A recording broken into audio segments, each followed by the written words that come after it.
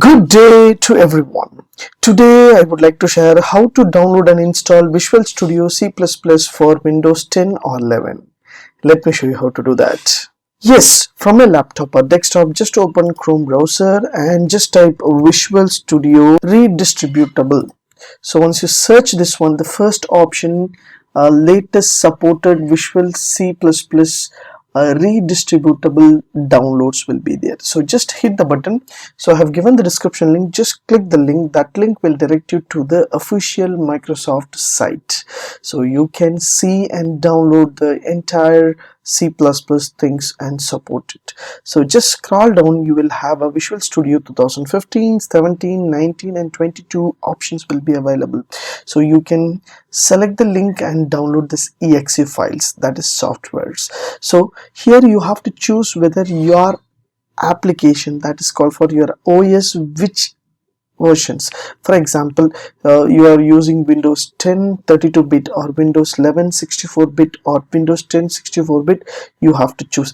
x86 means 32-bit and x64 means 64 bits. So you can choose and download that. So how to find what is your operating system versions? So just minimize and just go to Windows and settings.